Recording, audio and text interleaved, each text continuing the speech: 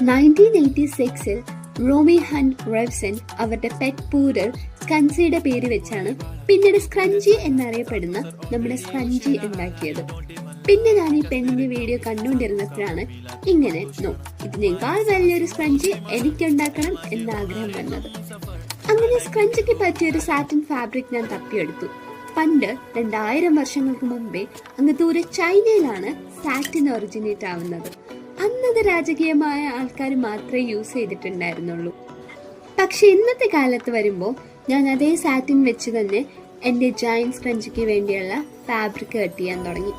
ഇത്തവണ ഞാനൊരു 14 inch lengthy fabric ആണ് കട്ട് ചെയ്യുന്നത്. ബോറാവുമോ എന്നെനിക്ക് നല്ല ഡൗട്ട് ഉണ്ടായിരുന്നു. ആ ഡൗട്ട് തെറ്റിയില്ല എന്നാണ് എൻ്റെ വിശ്വാസം. അതൊക്കെ പോട്ടെ, ആയാലും ഇല്ലെങ്കിലും മുന്നോട്ട് വെച്ച കാലം ഇനി എന്തായാലും പിന്നോട്ട് വെക്കുന്ന പ്രശ്നമില്ല. അങ്ങനെ ഞാൻ ഇതിൻ്റെ സാധനങ്ങളും വജ്രായുധങ്ങളും എല്ലാം സെറ്റ് ചെയ്തു. The sewing machine.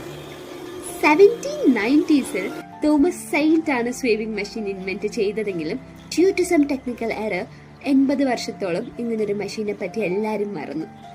സൂചി കണ്ടപ്പോഴാണ്. സൂചി വെച്ചുള്ള ടോർച്ചർ ചരിത്രത്തിൽ ഒരുപാടുണ്ട്. വിക്ടോറിയൻ എറയിൽ സ്ത്രീകളെ എസ്പെഷ്യലി സെർവൻസ് കുറ്റം ചെയ്തു എന്ന് സംശയിക്കപ്പെട്ടാൽ നീഡിൽ വെച്ച് നഖത്തിന്റെ ഇടയിലൊക്കെയാണ് കുത്തി പനിഷ് ചെയ്തുകൊണ്ടിരുന്നത് as A method of correcting behaviour. അതൊക്കെ പോട്ടെ, നമ്മുടെ സ്ക്രഞ്ചി റെഡി ആയിട്ടുണ്ട്. ഫൈനൽ സ്റ്റേജ് കഴിഞ്ഞു. ദ ഫൈനൽ ലുക്ക് കുറച്ച് ബോറാണെങ്കിലും പുറത്ത് മേ ബി യൂസ് ചെയ്യാൻ എനിക്കടക്കം മടിയാണെങ്കിലും എൻ്റെ ലൈഫ് ടൈമിൽ ഞാൻ ഇത്രയും വലിയ സ്ക്രഞ്ചി കണ്ടിട്ടില്ല. അതുകൊണ്ട് എനിക്കിഷ്ടമായി. Thank you so much. By.